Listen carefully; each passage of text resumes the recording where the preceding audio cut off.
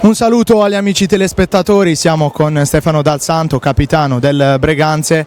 Stefano, sei l'uomo con più esperienza, sei il giocatore, sei il capitano di questa squadra e quindi da te vorremmo capire cosa deve fare il Breganze, di cosa ha bisogno il Breganze per rialzarsi, per iniziare a smuovere la classifica, a fare qualche punto.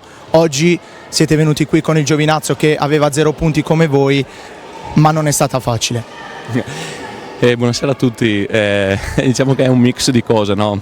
Io sono il più esperto, ma non sono così avanti con l'età, quindi questo fa capire la giovane età di tutti i ragazzi che giocano con me. Si preparano queste partite tanto in pista, ma poi che fa la differenza è anche l'atteggiamento. Questi ragazzi stanno iniziando ora a sentire questi clima e quindi è anche un bel test per loro, no? Ovvio che dispiace per il risultato, il Giovinazzo ha fatto la sua partita, ha sfruttato tutti i nostri errori, noi non siamo riusciti a concretizzare, dobbiamo resettare perché comunque il campionato è lungo.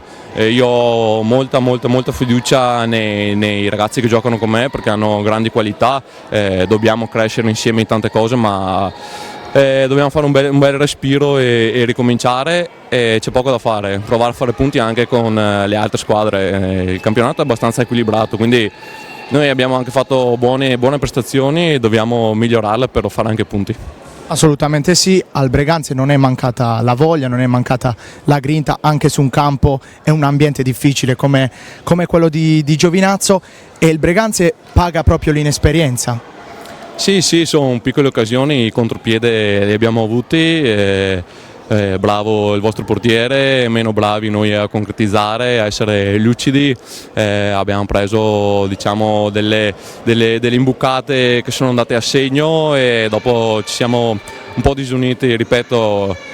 È importante resettare, portare a casa quello che è il cambio atteggiamento, no? Perché tante partite si vincono con l'atteggiamento. Ripeto, io ho piena fiducia nei miei ragazzi perché ci alleniamo tutta la settimana per migliorarci. Dopo abbiamo pagato pegno questa sera, è importante metterlo nel bagaglio dell'esperienza per un futuro.